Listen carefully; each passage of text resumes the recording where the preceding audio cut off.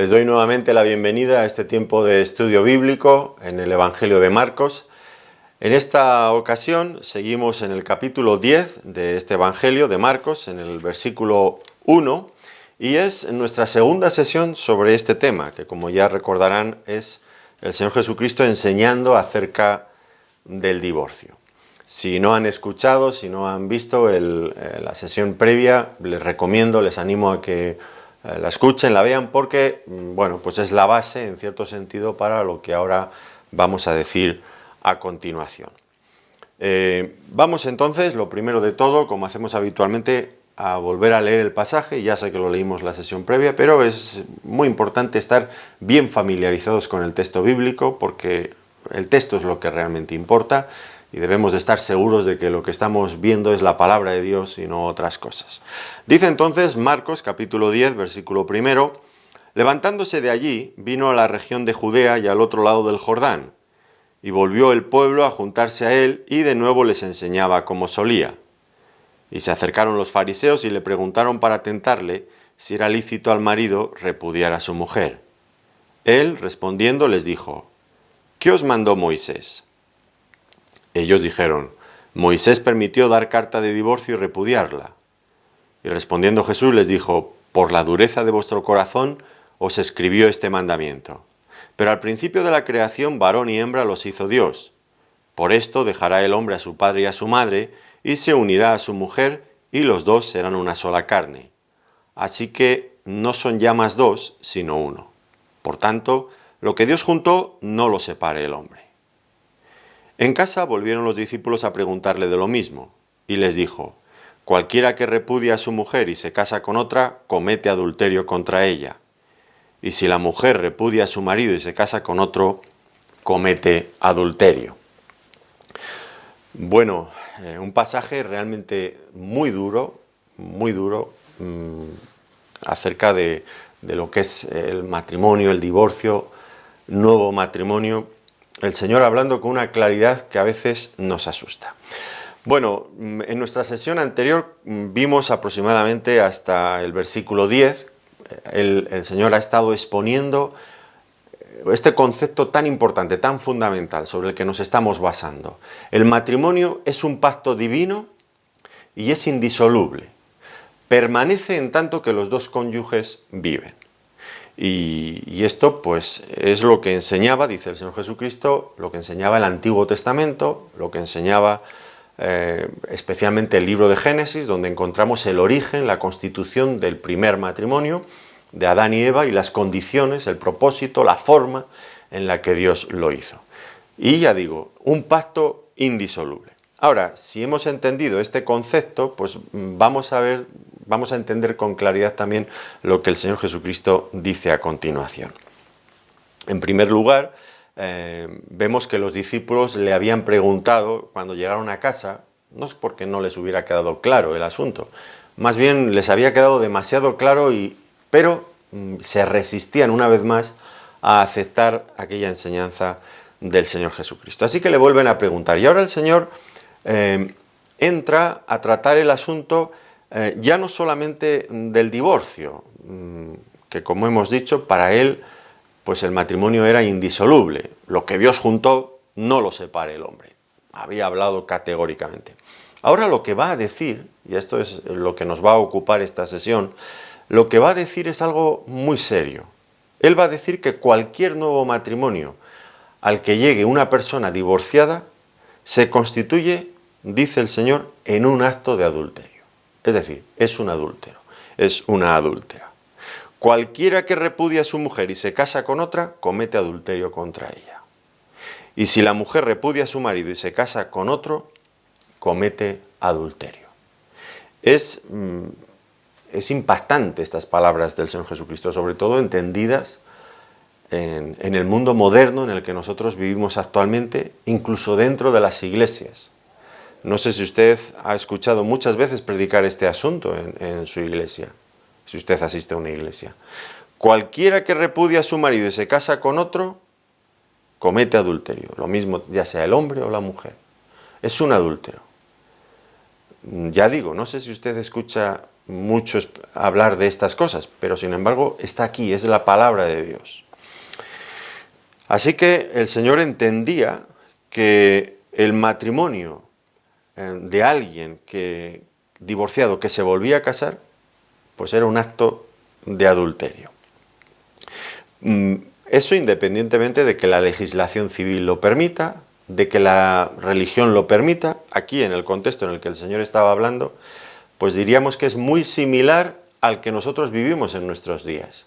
El divorcio estaba a la orden del día. Cualquier hombre, cualquier mujer, lo normal es que se divorciara una y otra vez. Eso era frecuente, era muy frecuente. Y sin embargo, en ese ambiente tan permisivo, el Señor dice esto.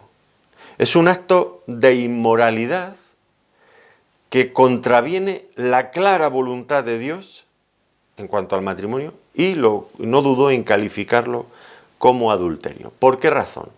Pues por lo que antes estaba explicando. Porque a los ojos de Dios, el primer matrimonio no ha quedado anulado, sigue teniendo toda vigencia.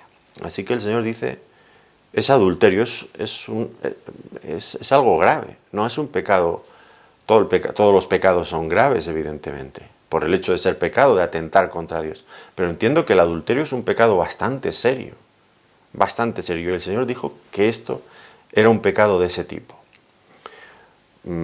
Creo que la impresión que les causó a los discípulos en aquel momento es la misma que si estas palabras se leen hoy en día en cualquier iglesia cristiana, porque es impactante y ha sido ya tan olvidado, tan dejado a un lado.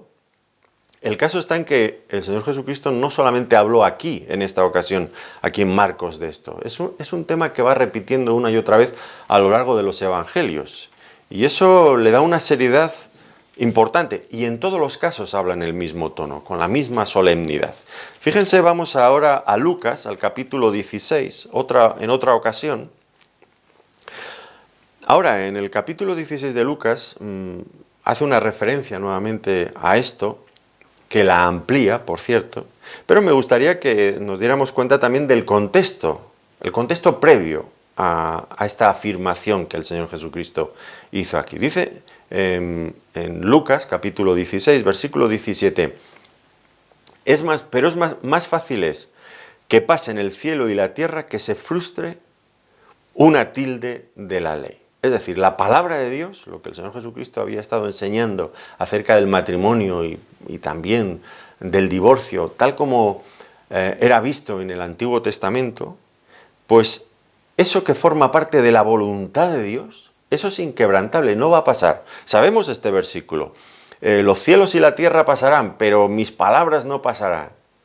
Ni una jota ni una tilde pasará. Todo tiene su cumplimiento, todo eso es importante. Bueno, pues habiendo dicho esto, continúa, dice, todo el que repudia a su mujer y se casa con otra adultera, y el que se casa con la repudiada del marido, adultera. ¿Qué quiero decir con esto? Bueno, no quiero decir más que lo que dice el texto, que nosotros tal vez ya nos hemos olvidado de la importancia de este mandamiento, pero el Señor Jesucristo dijo que nada va a ser frustrado de la ley de Dios, que lo que Dios ha dicho tiene permanencia y vigencia en el tiempo. Aunque todo el mundo se empeñe en decir lo contrario, la palabra de Dios prevalece.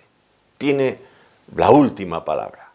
El cielo y la tierra pasarán, pero mis palabras no pasarán. Los hombres pasaremos, las modas pasarán, lo que decimos hoy se olvidará, pero la palabra de Dios permanece.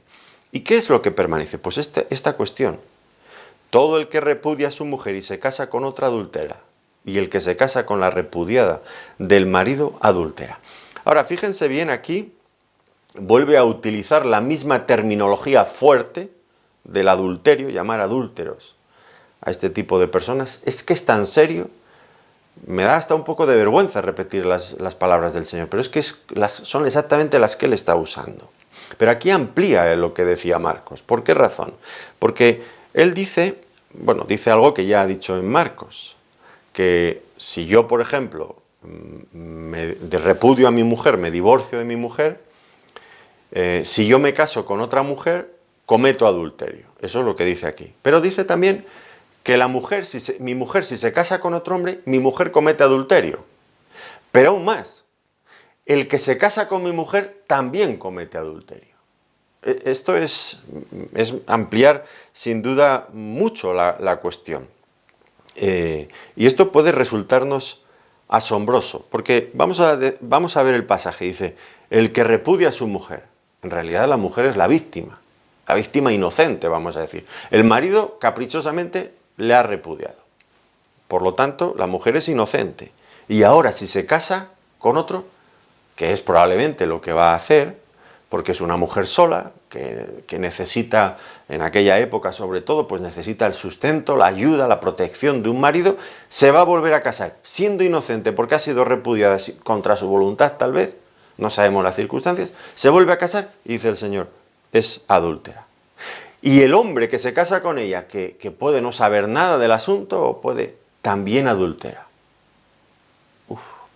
Es asombroso, es asombroso. ¿Por qué? Bueno, pues el Señor Jesucristo llega a esta conclusión, explica este principio de una forma coherente con todo lo que ya he estado explicando anteriormente, porque el matrimonio, el primer matrimonio, es un pacto indisoluble. No se puede separar en tanto que los dos cónyuges vivan. Cualquier relación adicional es considerada necesariamente adulterio.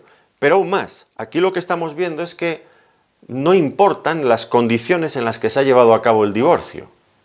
No hace esta diferenciación, como hoy en día pues hay muchos que hacen, ¿no? Pues se puede volver a casar si es la parte inocente, pero no se puede volver a casar si es la parte culpable. Aquí lo que estamos viendo es que las partes, vamos a llamar inocentes, que no han tenido nada que ver, la mujer que ha sido repudiada o el hombre que se casa con la mujer repudiada, ellos también cometen adulterio. ¿Por qué? Porque no importa para el Señor las condiciones en las que se ha llevado a cabo el divorcio. Lo que importa es que hay una ruptura del matrimonio y hay un nuevo matrimonio. Y eso el Señor lo considera adulterio. Por lo tanto, tenemos el pasaje de Marcos y ahora también tenemos este otro pasaje en otra ocasión diferente en que el Señor Jesucristo vuelve a enseñar acerca del divorcio. Ahora, en Mateo, el evangelista Mateo hace dos referencias a este mismo asunto, divorcio y nuevo matrimonio. Una la vamos a ver inmediatamente en Mateo capítulo 5 y otra en el capítulo 19.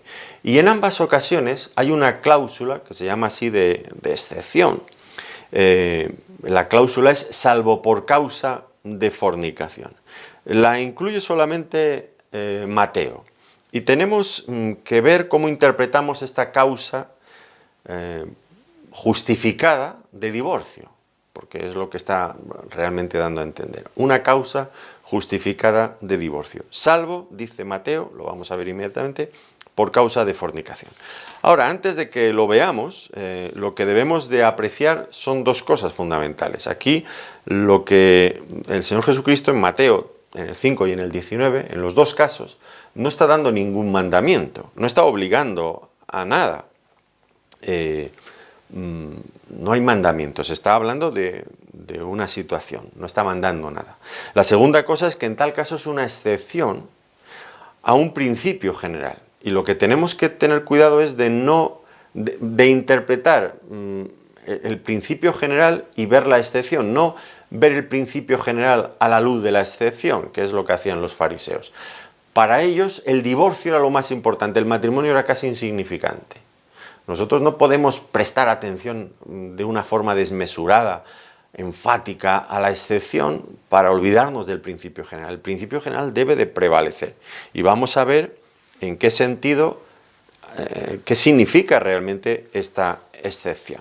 Bueno, en primer lugar, para familiarizarnos con el texto, para ver exactamente qué dice el texto, porque eso es lo importante, pues vamos a leer en Mateo, en el capítulo 5, los versículos 31 y 32, que ya mencionamos en la sesión anterior. Dice así: también fue dicho, cualquiera que repudie a su mujer, dele carta de divorcio. Pero yo os digo que el que repudia a su mujer, a no ser por causa de fornicación, hace que ella adultere, y el que se casa con la repudiada comete adulterio.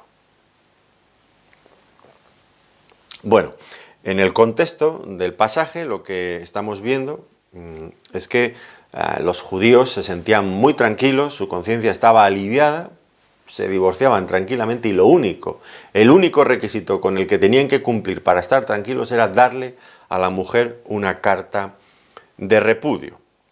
Así que su obediencia a la ley de Dios era una cuestión puramente externa y ritual. Y ya el matrimonio quedaba disuelto, ya no existía, con tal de que hubiera un certificado de separación. Ahora, como ya mencioné, el Señor Jesucristo aquí en este pasaje está hablando, ha empezado a hablar sobre el adulterio a partir del versículo 27, unos versículos inmediatamente antes. Y allí lo que está enseñando el Señor es que hay otras formas de adulterio, no solamente el adulterio físico. No que yo mantenga una relación sexual físicamente con otra mujer que no es mi mujer, sino, dice el Señor, que cualquiera que mira a una mujer para codiciarla de forma lasciva, ya es una forma de adulterio también.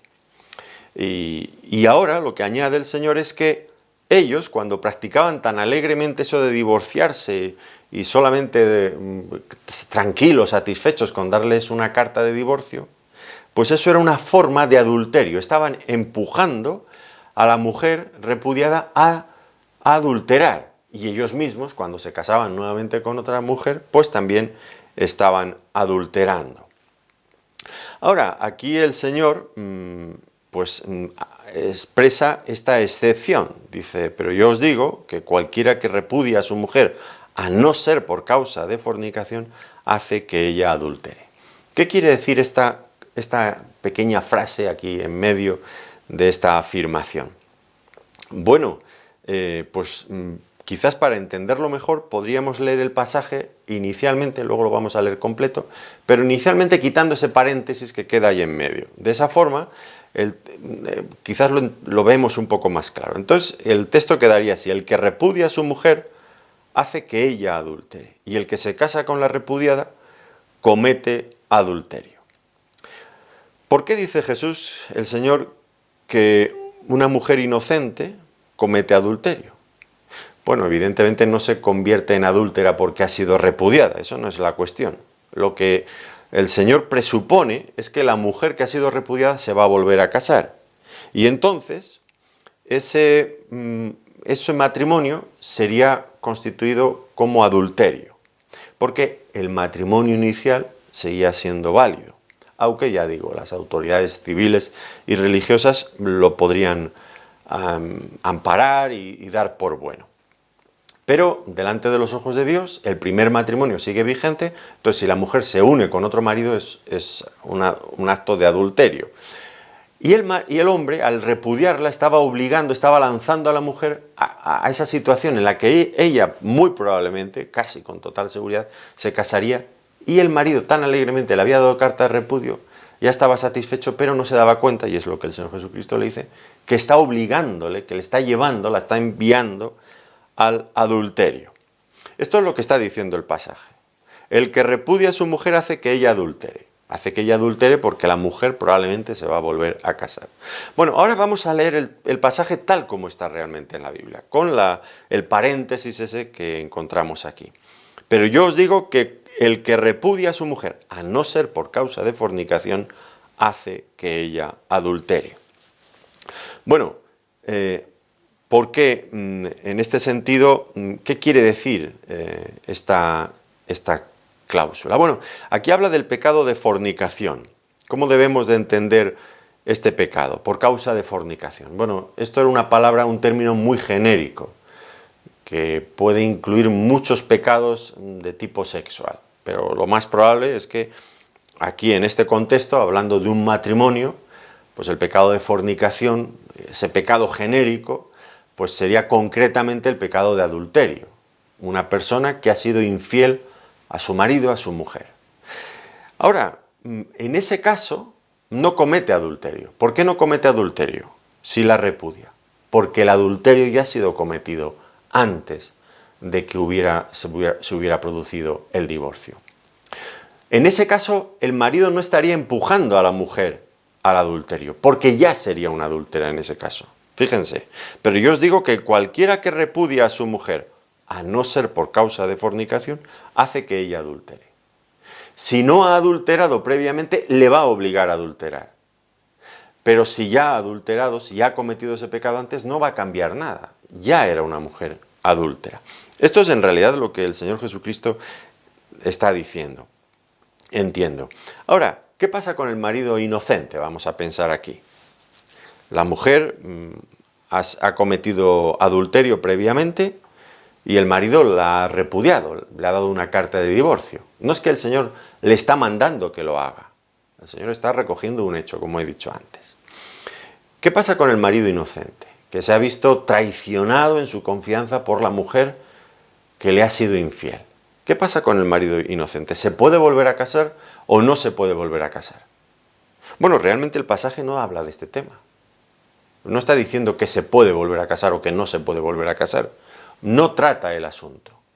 Entonces de aquí no podemos sacar una conclusión y decir, sí, está autorizando que la parte inocente se puede volver a casar. Donde sí que lo trata es en el pasaje previo que hemos leído en Lucas capítulo 16. Y allí hemos visto que la parte inocente también se hacía culpable si se volvía a casar.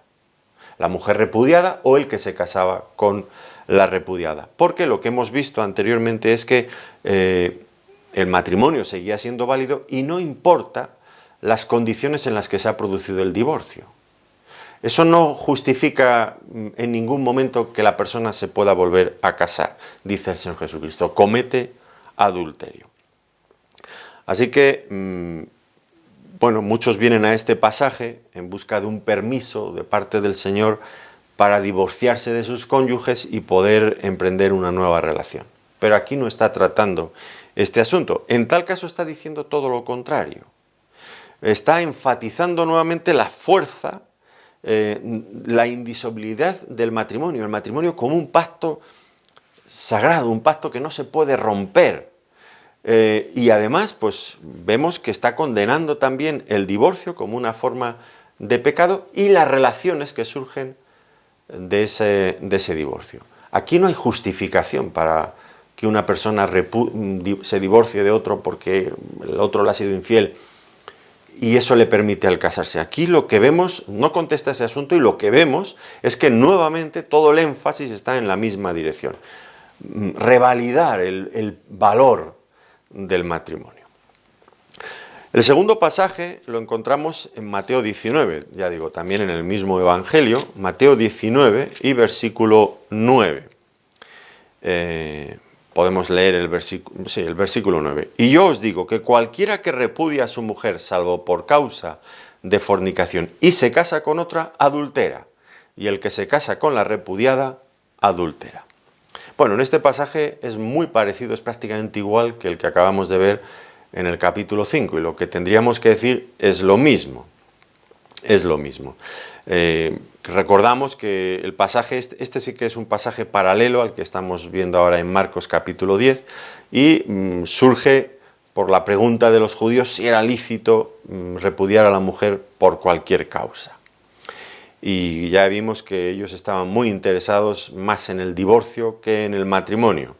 Y el Señor, antes de contestar, antes de llegar a este versículo, pues ha estado explicando, como ya vimos, la importancia del matrimonio.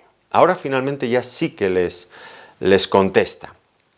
Y lo que les contesta es que la única razón legítima para darle a una mujer una carta de divorcio es si ha habido inmoralidad sexual. ¿Qué es lo que le están preguntando? ¿Es lícito dar carta de divorcio por cualquier causa? ¿Cuáles son las causas? Bueno, el Señor Jesucristo está diciendo aquí que puede repudiar a su mujer. La única razón sería por causa de fornicación, de adulterio. Y esto creo que es una cuestión también importante. ¿Por qué razón? Porque no vemos que Dios nos obligue a estar unidos en matrimonio con una persona que nos es infiel. Sí que el Señor en esos casos permite el divorcio. Pero nuevamente lo que estamos viendo es que no se aborda el asunto de y se puede volver a casar. Aquí de lo que está tratando es de que puede darle una carta de divorcio si se cumple ese requisito. si ha habido infidelidad de por medio. Pero no trata el asunto de si se puede volver a casar o no se puede volver a casar. Volveríamos a decir lo mismo que ya hemos visto en Mateo 5 y en Lucas 16, que la parte inocente tiene que quedarse sin casar, porque si se casara, estaría entonces en ese momento incurriendo en un acto de adulterio. Y esto, podemos estar seguros de que esta es la interpretación correcta, de que la parte inocente realmente no se puede volver a casar. Bueno, pues sí, creemos que esto es lo que el Señor Jesucristo ha enseñado en otros pasajes, lo estamos diciendo en Lucas 16, en Marcos en el capítulo 10, y además coincide no solo con los principios que el Señor Jesucristo nos ha enseñado, el matrimonio como un pacto indisoluble que dura mientras dura la vida de ambos cónyuges, sino también con lo que el apóstol Pablo enseñó. Y aquí el apóstol, hay un pasaje que es paralelo a este, donde realmente está interpretando, sacando las conclusiones lógicas de lo que el Señor Jesucristo está diciendo aquí, en Mateo 19. Este pasaje del apóstol Pablo lo encontramos en 1 Corintios capítulo 7. 1 Corintios capítulo 7. El pasaje sería desde el versículo 16 desde el versículo 10 hasta el versículo 16. Y aquí el apóstol está tratando, los corintios le habían hecho preguntas y está contestándolas. Y hay dos preguntas fundamentales, dos cuestiones que él está abordando. Para una de las cuestiones el Señor ya había dado la solución. Así que el apóstol Pablo no tiene ningún problema, simplemente tiene que recordar lo que el Señor Jesucristo ya había dicho. Eso ha creado jurisprudencia, es un principio válido que se puede aplicar también en estos casos. Pero hay otro asunto que surge nuevo del que el Señor Jesucristo no había hablado. Y ahora el apóstol Pablo tiene que dar una respuesta a esa pregunta que le hacen los corintios aplicando las normas, los principios que el Señor Jesucristo ha explicado anteriormente.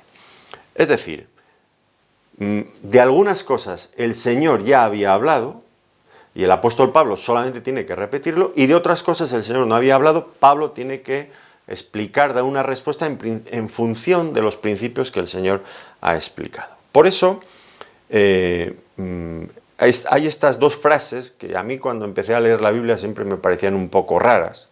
Mando no yo, sino el Señor, dice Pablo en una ocasión en estos versículos. Y luego más adelante dice, y a los demás yo digo, no el Señor. Pero bueno, mando no yo, sino el Señor, y a los demás digo yo, no el Señor. ¿Por qué esa diferenciación? Bueno, pues precisamente por eso que estoy diciendo, mando no yo, sino el Señor. Es decir, de esto ya ha hablado el Señor. Y ahora dice, y a los demás yo digo, no el Señor. De esto no había hablado el Señor. Así que Pablo, inspirado por el Señor, tiene que dar nuevas instrucciones. Y esto es de lo que va a tratar ahora mismo. En todo caso, pues no vemos una oposición entre el apóstol y el Señor, de ninguna de las maneras. Hay armonía plena y todo lo que tenemos aquí, junto con lo que tenemos en los evangelios, es palabra inspirada por Dios y todas van al unísono, no hay controversia entre ambas posturas. Bueno, pero como digo, hay dos cuestiones que le son planteadas al apóstol Pablo y a las que él va a dar respuesta. La primera la encontramos en los versículos 10 y 11. 1 Corintios 7, 10 y 11. Dice así, pero a los que están unidos en matrimonio, mando no yo, sino el Señor, que la mujer no se separe del marido. Y si se separa, quédese sin casar o reconcíliese con su marido, y que el marido no abandone a su mujer. Bueno, aquí Pablo con toda claridad se está refiriendo al pasaje de los evangelios que acabamos de ver en Mateo, concretamente el de Mateo 19, donde aparece esa excepción, salvo por causa de fornicación, lo que autorizaría la separación. Vemos este paralelismo, porque fíjense aquí, dice Pablo que la mujer no se separe del marido, y las palabras del Señor en Mateo 19 dice, lo que Dios juntó no lo separe el hombre. Y luego Pablo dice, si se separa, que se estaría refiriendo a la única causa legítima de separación que el Señor permitió, que como acabamos de decir es por causa de fornicación. Dice, si se separa por causa de fornicación, ¿qué dice? Por la única razón permitida, ¿qué dice? Quédese sin casar. Hace un momento estábamos hablando en Mateo 19, ¿qué de la parte inocente? ¿Se puede volver a casar? Aquí tenemos la respuesta. Si se separa, quédese sin casar. Nuevamente el apóstol coincide con lo que ya ha dicho el Señor en los Evangelios, que toda relación adicional al matrimonio es adulterio, aunque de por medio haya habido divorcio y nuevo matrimonio. Esto es lo que está diciendo aquí el apóstol Pablo, que coincide, como decimos, con lo que ya nos ha enseñado el Señor. Por lo tanto, si bien es verdad que el adulterio pues ofrece a la parte inocente el derecho del repudio, es decir, si mi mujer ha sido infiel, yo tengo el derecho de divorciarme. No, el Señor no me manda que me divorcie, sino que me lo permite, porque sería una crueldad en cierto sentido obligar a un hombre o a una mujer que su cónyuge le está siendo infiel constantemente, que tenga el deber de vivir con ella. El Señor no manda esto, no obliga a esto. Cabe la posibilidad de que haya un divorcio. Pero lo que está diciendo es que no está permitido un nuevo matrimonio. Fíjense bien, lo hemos leído. Y si se separa, quédese sin casar o reconcíliese con su marido. Eso es lo único que hay, esa es la única opción que hay. No autoriza, no le da derecho a una nueva unión matrimonial, porque se fundamenta en el mismo hecho que el Señor Jesucristo ya ha explicado, y es que el matrimonio es indisoluble, dura en tanto que dure la vida de los dos cónyuges. La solución que propone Pablo, pues es la misma solución que es el tenor de todo el conjunto de la revelación bíblica: reconcíliese con su marido. Esto es la única solución. Reconciliación y restauración de un matrimonio destrozado.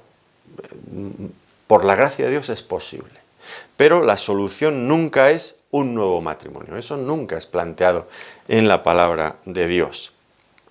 La segunda cuestión que aborda Pablo aquí en 1 Corintios es también muy interesante y muy oportuna para nuestro tema. Está ya a continuación de donde acabamos de leer, versículo 12 hasta el 16. Dice, y a los demás yo digo, no el Señor.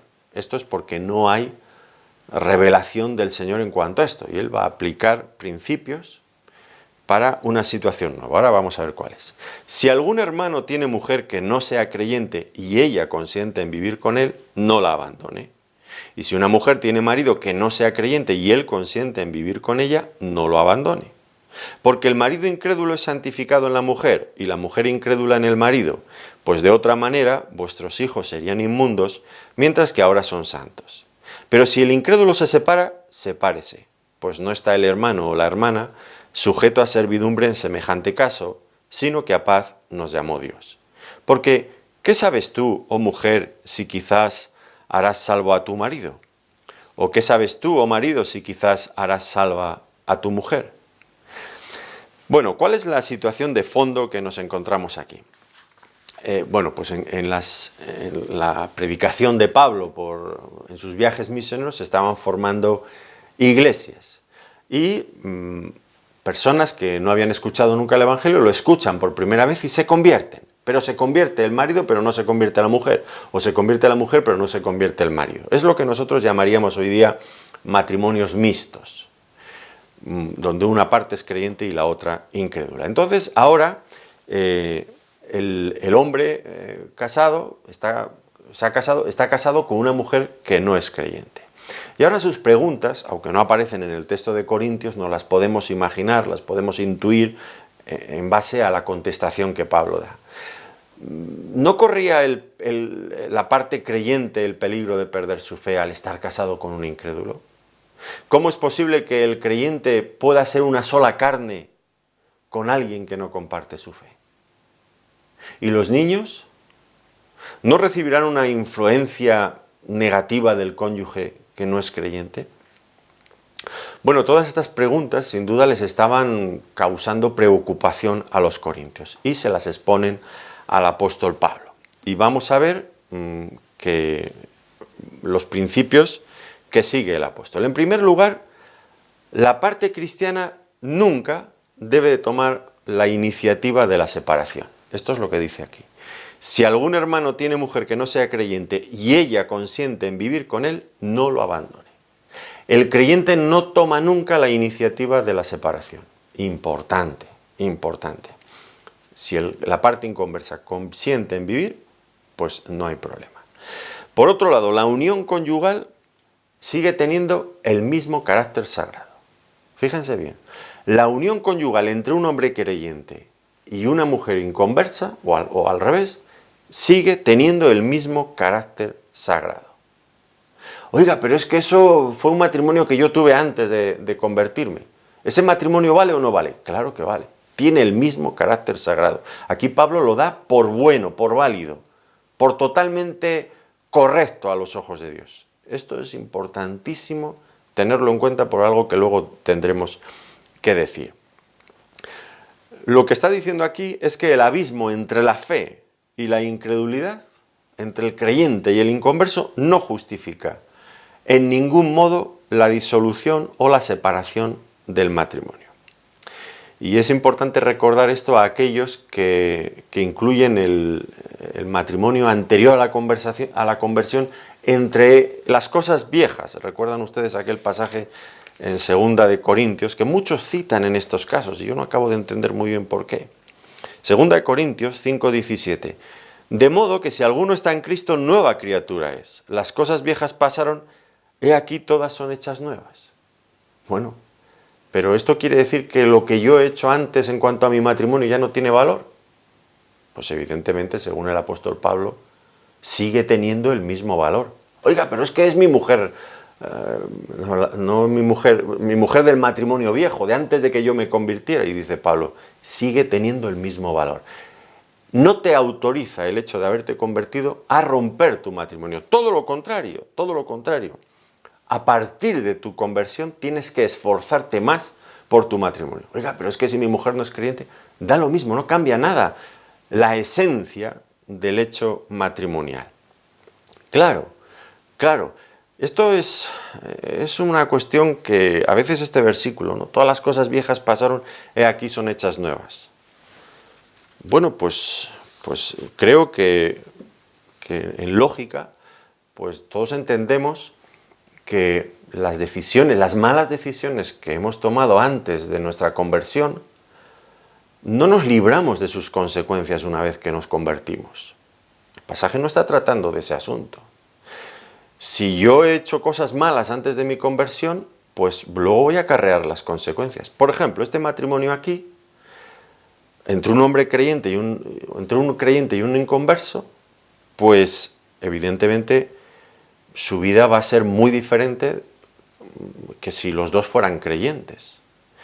Que si el Señor estuviera en el centro guiando ese matrimonio, el matrimonio va a ser mucho más difícil. Las personas que están casadas con incrédulos saben perfectamente lo difícil que es llevar la vida matrimonial de acuerdo a lo que el Señor manda. No todas las cosas viejas pasaron y todas son hechas nuevas. Tenemos que convivir, aquí tienen un claro ejemplo, tendrán que convivir con una situación pues seguramente no deseable. Lo bonito sería pues que los dos fueran creyentes. Pero, ¿todas las cosas viejas pasaron y aquí son todas hechas nuevas? Bueno, nos damos cuenta de que las consecuencias de nuestros pecados del pasado nos siguen acompañando toda la vida. Lo que Pablo dice, todas las cosas son hechas nuevas, es lo que nosotros debemos de vivir a partir de ahora. Debemos de vivir de una forma muy diferente, completamente diferente a cómo hemos vivido hasta ahora. Eso es lo que el apóstol Pablo está diciendo. Debemos de ser consecuentes con nuestra fe y nuestra fe nos debe de llevar a vivir de una manera distinta. Si yo antes no daba valor al matrimonio, ahora ya son todas las cosas hechas nuevas. Sí, vivo el matrimonio de una forma diferente, renovada, conforme a la palabra de Dios. Pero no quiere decir que mi matrimonio anterior ya no vale. Imagínense ustedes el caso, que estas cosas ocurren, el caso de un hombre que se acaba de convertir. y toma la fe cristiana con una ilusión, con un ímpetu, y viene a la iglesia y disfruta en la iglesia con los creyentes, escuchando la palabra de Dios, orando, teniendo comunión, y llega a su casa y su mujer, que no se ha convertido, le amarga la vida. Ya es hora de que vengas ahí con tus hermanitos en la iglesia y te olvidas de mí y no sé qué, y cada cosa que él hace en la iglesia, cada vez que él intenta compartir la palabra con ella, pues la mujer se pone en contra, se saca uñas como una fiera contra el pobre marido que viene ilusionado de la iglesia. Y ahora el marido va a la iglesia y se encuentra ahí una joven con la que empieza a hablar, a compartir las cosas del Señor, y la mujer está tan encantada escuchando a este hombre, y él disfruta también con esta mujer que le habla del Señor, y entonces dice, pues si es que mi mujer, del matrimonio viejo, eso no vale, las cosas viejas pasaron, he aquí todas son hechas nuevas, así que me voy a divorciar y me voy a casar con esta mujer que está en la iglesia, que me entiende, que es tan dulce, que es tan guapa, que es tan inteligente, que es tan espiritual, que es tan sensible, y mi mujer que es tan bruta ahí en casa y que me espera siempre con el hacha para cortar. Bueno, en fin, pues ¿por qué? Todas las cosas viejas pasaron y aquí son todas hechas nuevas. La mujer vieja, la mujer del matrimonio viejo, pues ya no vale. No, no es eso lo que está diciendo aquí el pasaje. El apóstol Pablo está dejando bien claro que ese matrimonio que forma parte de nuestra vida vieja tiene el mismo valor y la misma vigencia que si hubiera ocurrido después de haberme convertido. Y no me autoriza a, como ahora yo tengo una nueva vida, romper con todo eso. No está hablando de eso, de ninguna de las maneras. Por favor, hay siempre personas que vienen a estos pasajes justificando cosas que son injustificables. No puede ser esto así. Por otro lado, el apóstol Pablo sigue respondiendo a las preguntas de los corintios y dice que el creyente no se contamina por vivir al lado de un incrédulo. Todo lo contrario, dice que lo santifica. Lo acabamos de ver, ¿no? Dice que el marido incrédulo es santificado, porque el marido incrédulo es santificado en la mujer. No se contamina por eso, sino todo lo contrario. Es una bendición para la otra persona. No es una bendición que le salve, pero desde luego le coloca en una situación muy privilegiada para poderse salvar. Porque ahora ese marido creyente le va a hablar del Señor, va a poder ver su testimonio. Y si es una persona realmente nueva, pues va a ver el cambio del antiguo marido o la antigua mujer a la nueva mujer, al nuevo marido que ahora tiene en Cristo. Y eso le va a ayudar, le va a santificar. Ahora, también dice Pablo que en caso de que el incrédulo tome la decisión de separarse, el creyente no tiene otra opción nada más que aceptar un hecho consumado. Y en este caso, pues dicen, no está sujeto a servidumbre, que debemos de entenderlo como la obligación de permanecer con él o con ella. Así que aquí tendríamos la segunda causa justificada de divorcio. La primera es por causa de adulterio, de fornicación. La segunda es porque la persona, el cónyuge incrédulo, no quiere vivir con la parte creyente. Bueno, pues hay un divorcio lógico, porque es que no puede ser de otra manera. El creyente no tiene la opción de decir lo contrario. Ahora, volvemos a hacernos la pregunta. ¿Y la parte creyente que ha sido, con la que no han querido convivir la parte incrédula, puede volver a contraer otro nuevo matrimonio? Pues hay creyentes que interpretan esto de no está sujeto a servidumbre como diciendo, ya te puedes volver a casar, pero no está diciendo esto. Acabamos de decir que lo que debemos de entender es que está permitido el divorcio, la separación, lógico, pero no autoriza un nuevo matrimonio. Sería poco razonable que aquí dijera lo contrario de lo que acaba de decir justo unos versículos antes, cuando ha dicho, a los que están unidos en matrimonio, mando no yo, sino el Señor, que la mujer no se separe del marido. Y si se separa, quédese sin casar o reconcíliese con su marido. Así que, si nos volviéramos a hacer la pregunta, ¿y la persona creyente que ha sido repudiada, que ha sido por la parte inconversa, ¿se puede volver a casar? Pues la contestación la tenemos en el mismo pasaje. Los que están unidos en matrimonio no se separen, y si se separan, quédese sin casar. Un poco más adelante, aquí mismo en el capítulo 7, el versículo 39, dice, la mujer casada está ligada por la ley mientras su marido vive. pues mientras tu marido vive, estás ligada por la ley, no hay otra opción. Así que cualquier, y lo mismo vimos en Romanos en el capítulo 7, cualquier relación que se añada será considerada, como ya hemos visto también explicado por el Señor, en Lucas, en Marcos, en Mateo, será considerada como adulterio. Por otro lado, los que aceptan pues que el divorcio a causa de adulterio o por causa de abandono del cónyuge, pues concede el derecho de volverse a casar, pues tienen que enfrentar dificultades de orden práctico bastante importantes. ¿Cómo determinar realmente que la causa por la que se ha roto el matrimonio es el adulterio? Porque demostrar eso en muchos, no siempre, pero en muchos casos es realmente muy complicado. ¿Qué tendremos que hacer en las iglesias? ¿Un tribunal eclesiástico al modo que tiene hecho al estilo de la Iglesia Católica y hacer juicios eclesiásticos para determinar si el matrimonio ha sido roto por causa de adulterio realmente o no? Bueno, la Biblia no habla nada de todo eso. Seguramente entiendo que porque esto no es la cuestión. También algunas veces dicen, bueno, en el caso de dos personas que se divorcian porque no comparten la fe, pues ahora en muchas iglesias pues es difícil, ¿no? Porque algunas veces no queda nada claro hasta qué punto la persona a veces es un creyente genuino o no. Dos que se divorcian en una iglesia, a veces el testimonio de ambos es tan pobre que no sabes cuál es el incrédulo y cuál es el creyente, o si alguno de los dos es creyente, o si los dos lo son. Es tan difícil. Y luego, por otro lado, los niños. ¿Tiene que haber algún tiempo antes de que se puedan volver a casar? ¿O me divorcio y ya me puedo volver a casar? Bueno, son cuestiones que los que aceptan, que la Biblia no lo acepta, pero los que aceptan divorcio, nuevo matrimonio en situaciones especiales, pues se ven con esta cuestión, ¿no? De en qué casos, cómo hacer todo eso, cómo proceder. Y la Biblia guarda un silencio absoluto, porque en realidad la Biblia no acepta estos supuestos. Otro asunto que no es determinante, pero que nos puede orientar un poco, ya digo que tiene un valor menor que todo lo que acabamos de considerar que está en la palabra de Dios. Pero ahora me refiero a la interpretación histórica de las iglesias, cómo se ha visto este tema.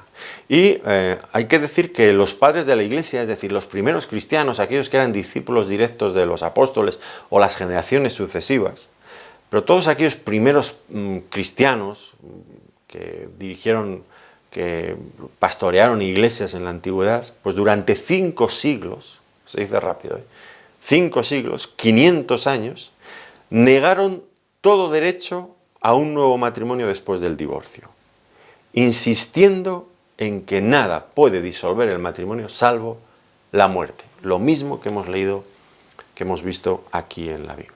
Durante 5 siglos. ¿Qué pasa en la actualidad? Pues en la actualidad pasa todo lo contrario. Muchas iglesias evangélicas están en el extremo opuesto. Y aceptan, ya no por causa de adulterio o por causa de abandono del incrédulo, ya aceptan cualquier situación. Cualquier situación la dan por buena, divorcio y nuevo matrimonio totalmente normalizado. Ya no se mira si es por divorcio, si es por adulterio, no se mira. Divorcio y nuevo matrimonio, normal. Y otras iglesias, pues que son un poco más estrictas, pues aceptan divorcio y nuevo matrimonio solamente en el caso de adulterio o de abandono de la parte no creyente, con la condición de que, bueno, pues, como una especie, tienen que aceptar cierta culpabilidad, tienen que buscar la forma de enmendar los males cometidos en el pasado. En fin, hemos pasado de la radicalidad de la palabra de Dios y de los primeros creyentes a la permisibilidad del tiempo actual. ¿Cómo hemos llegado a este punto?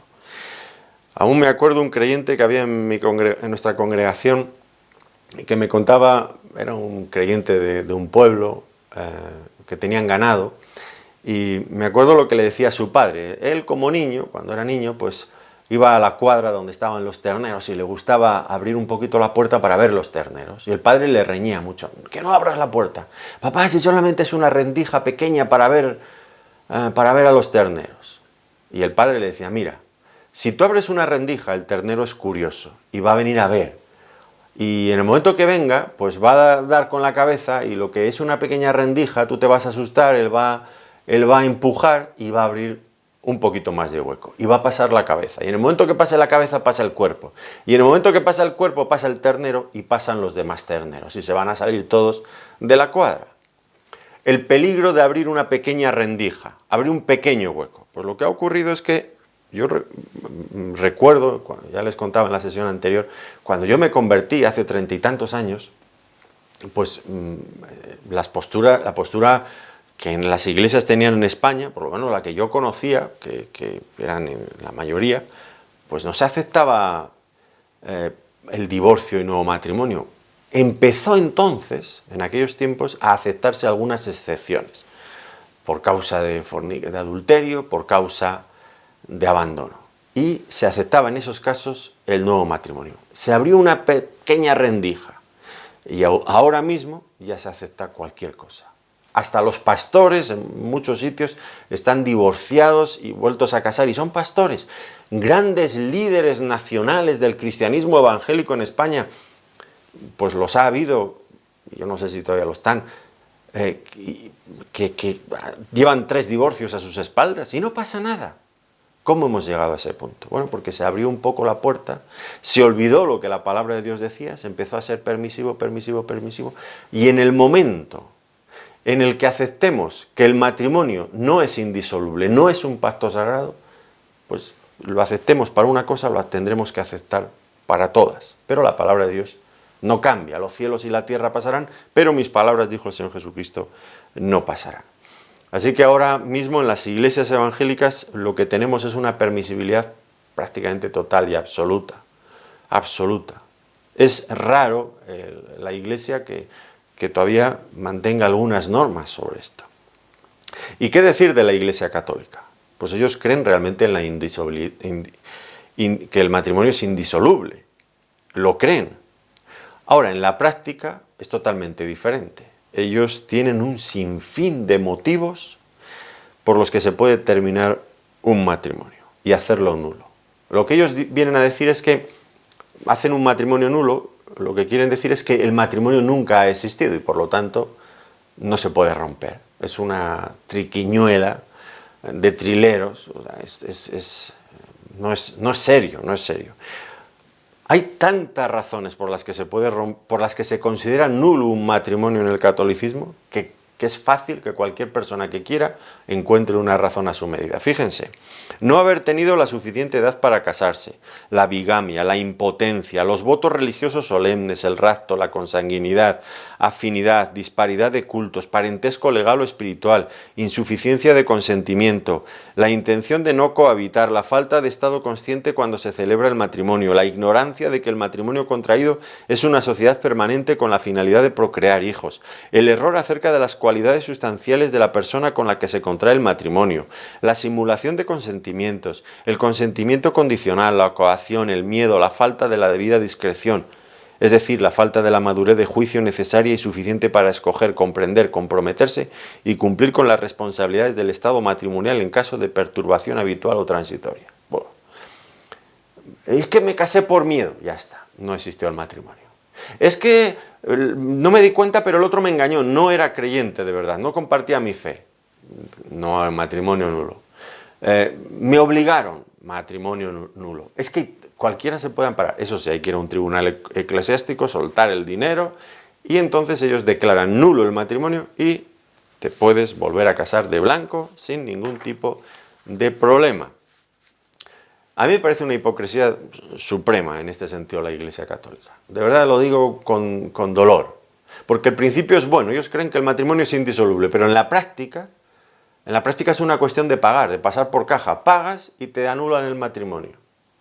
Aún recuerdo un hombre, un abogado del mundo, que le habían permitido ir a un juicio eclesiástico. Decía, yo no he visto un juicio igual en toda mi vida.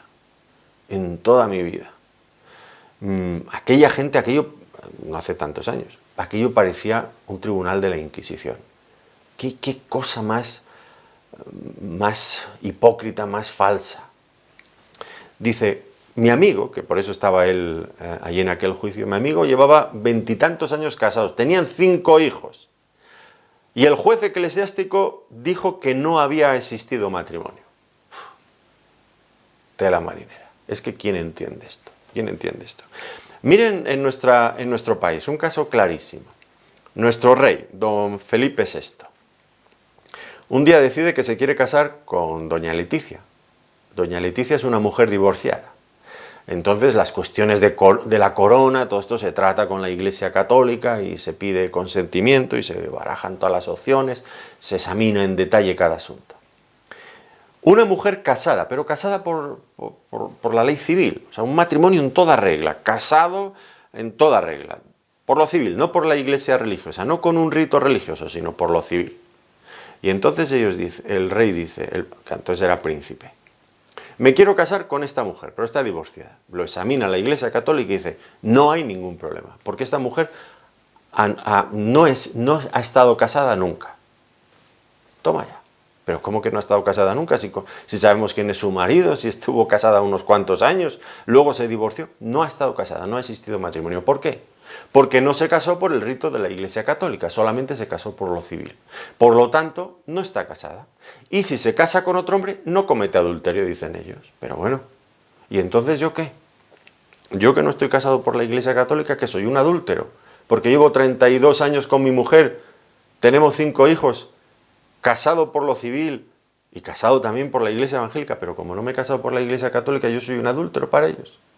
Y esta mujer que se ha casado estando divorciada no es una adúltera. Bueno, pues, ¿quién entiende a la Iglesia Católica a veces cuando se pone con estas cosas? No, es difícil entenderlo.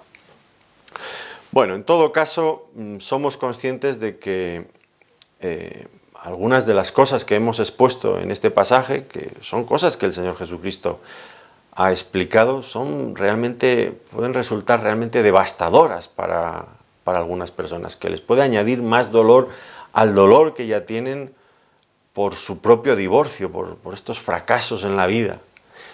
¿Qué actitud debemos de tomar en las iglesias frente a este asunto? Bueno, la primera cosa sería el dicho que tenemos aquí, más vale prevenir que curar.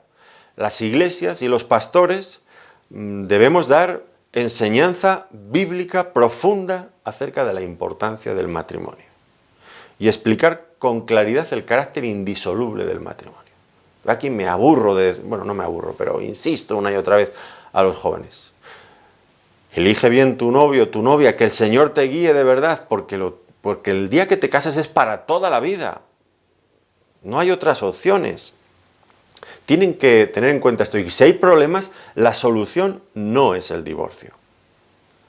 Ya dijimos que el mundo interpreta que el divorcio es la solución.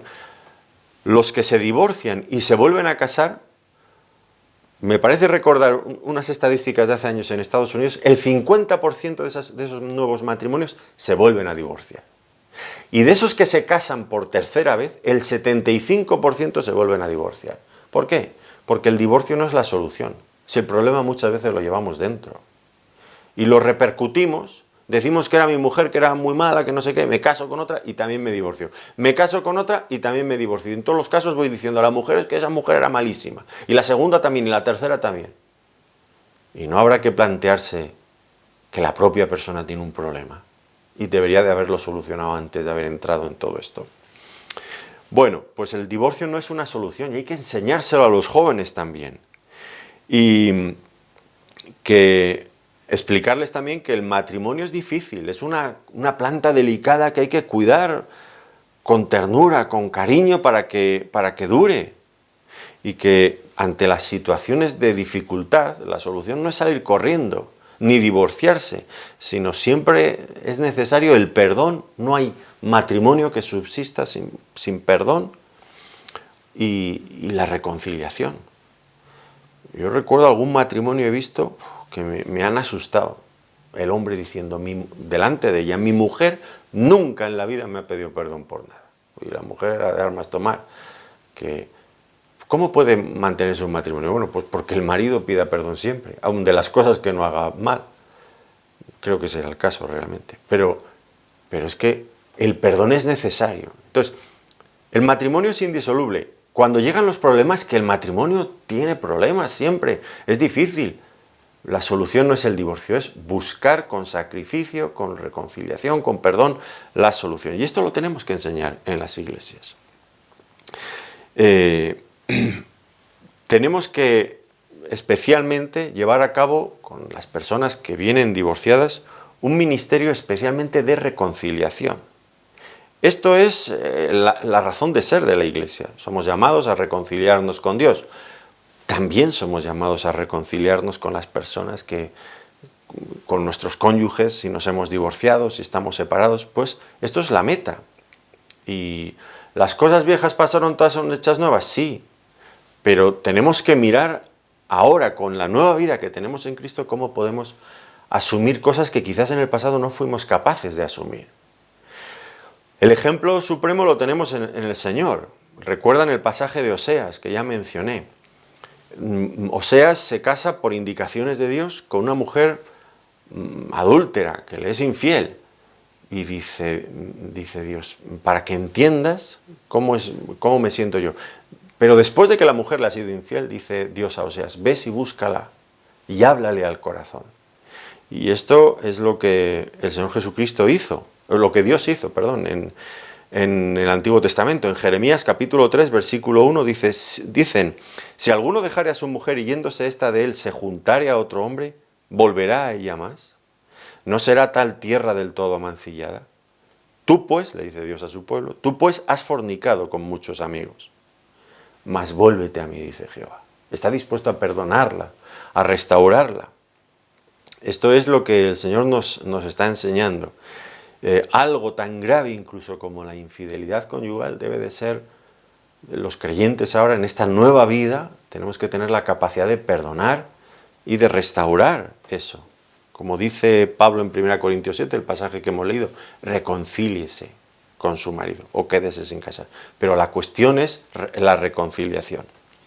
Aún recuerdo una persona que hubo en nuestra iglesia, se había divorciado de su mujer, sobre todo los padres presionaban mucho para que el divorcio, para que se separara, para que no volviera a pensar en ella. Tenían 2 hijos de por medio, viajes para acá, viajes para allá, porque era de otra ciudad. Y un día leyendo a aquel hombre, me acuerdo, estudiando el pasaje de Oseas, donde Dios le dice esto, se plantea el hombre y dice, ¿y por qué yo no vuelvo y le hablo? Aquel pasaje donde dice Oseas, dice, la llevaré al desierto y le hablaré al corazón. Y dice este hombre, ¿y por qué yo no hago lo mismo? Entonces cogió, se fue en coche, se fue a aquella ciudad donde estaba su mujer, de la que estaba separado. Esa mujer estaba conviviendo con otro hombre en una situación, bueno, sin estar casados. Y se fue y la buscó a la puerta, a la salida del trabajo. Y se la llevó, no sé si a un parque, y le habló al corazón.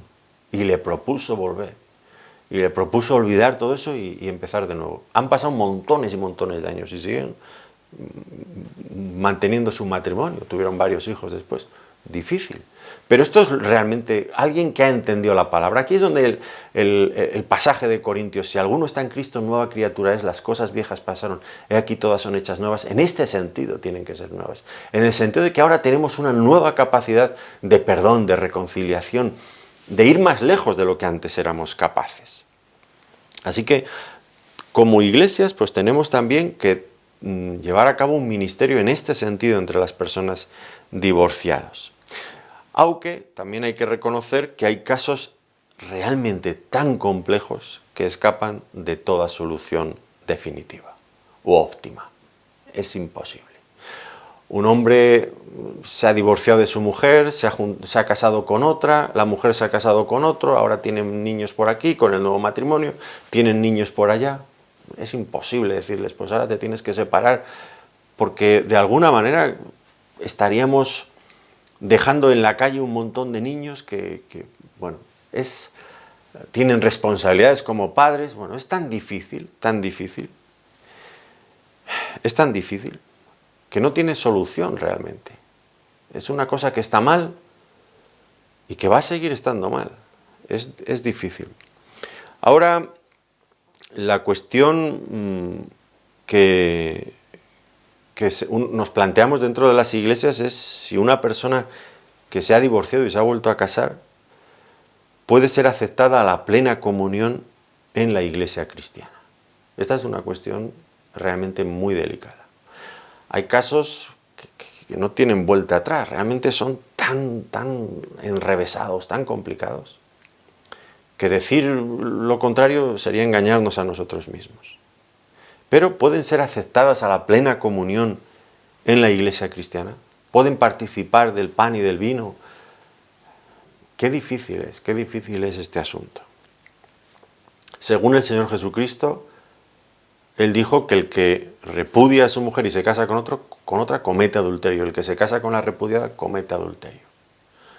No recibiríamos en la mesa del Señor, por supuesto que no a un adúltero. Entonces, ¿qué contestación damos a esto? Bueno, yo no quiero, ya lo dije al principio de estos estudios, que yo no quiero ser dogmático ni pretender infalibilidad en lo que estoy diciendo, pero muchas veces como pastor me hago esta pregunta dentro de mi propia congregación, donde tengo que asumir casos de este tipo cada vez con más frecuencia. ¿Qué hacer? ¿Qué hacer?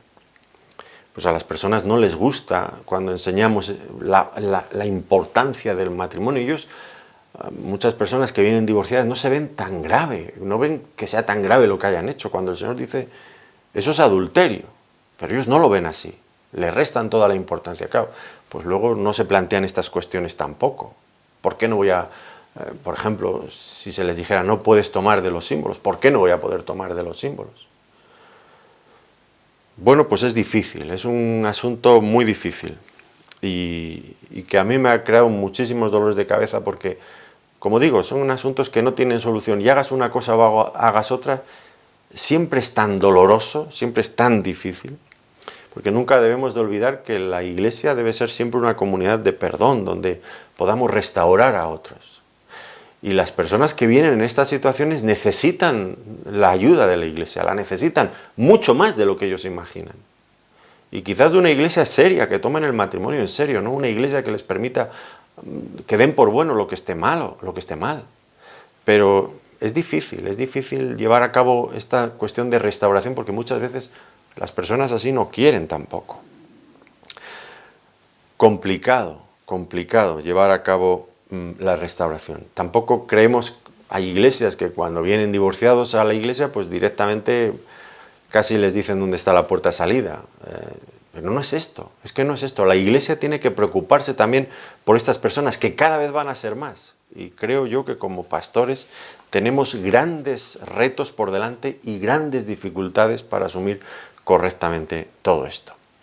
En conclusión, nuestra tarea como iglesia fundamentalmente debe de ser recuperar la fuerza del matrimonio como una institución divina e indisoluble. La fuerza del matrimonio, donde hoy el énfasis está en el lado que los fariseos querían, en el divorcio. La fuerza del matrimonio. En lugar de estar enfatizando por qué razones me puedo divorciar, la fuerza del matrimonio, la importancia del matrimonio. A ver si de alguna manera se pudiera invertir la situación a la que hemos llegado, de la que como iglesia somos responsables, porque Dios nos ha dicho que debemos de ser sal del mundo y luz del mundo, que iluminemos y que frenemos la corrupción del mundo, y no hemos sido capaces de hacerlo. No hemos dado la importancia al matrimonio, y el divorcio ha crecido en el mundo, sin dique alguno, y en las iglesias, porque no hemos sido sal y luz del mundo. Debemos de volver nuevamente a ese punto, a darle importancia al matrimonio. Y tenemos que reconocer realmente con tristeza que la iglesia parece haber sustituido la palabra de Dios, las normas de Dios, por las modas del mundo. Damos por bueno en la iglesia lo que el mundo da por bueno en el mundo. Cuando nosotros tenemos las claras palabras del Señor Jesucristo. Qué difícil. Hace un momento estaba diciendo, bueno, y una persona que viene a la iglesia en estas situaciones, divorciados, vueltos a casar. Bueno, hay iglesias que suavizan la cosa. Dice, bueno, pues si te arrepientes, pues ya está. Pero es tan complicado todo esto, ¿no? Porque dice el Señor Jesucristo, el que repudia a su mujer y se casa con otra, comete adulterio. ¿Cuándo comete adulterio? ¿El día de la boda? o mientras dura esa relación. Y si nosotros exigimos el arrepentimiento para aceptarlo, pues el arrepentimiento deberá de llevar algún cambio que implique la ruptura de aquello que ocasiona el pecado. Es verdad, hay situaciones muy complicadas que tienen difícil, imposible solución. Pero que ya damos por bueno todo, cuando en realidad el Señor habla con esa claridad que nos asusta. Seguramente lo que necesitamos en el cristianismo de hoy sean hombres como Juan el Bautista, hombres valientes que se atrevan a predicar la palabra de Dios sin importarles las consecuencias, como Juan el Bautista, que le dijo a Herodes, a ese hombre pagano, que ni era creyente ni era nada, que su mujer se había divorciado de su primer marido, de Felipe, y se había casado ahora con Herodes, y Juan el Bautista le decía, no te es lícito tener la mujer de tu prójimo. En creyentes a veces que se divorcian dentro de las iglesias, y se casan, se divorcia de la mujer dentro de la misma iglesia y se casa con otra mujer de la iglesia.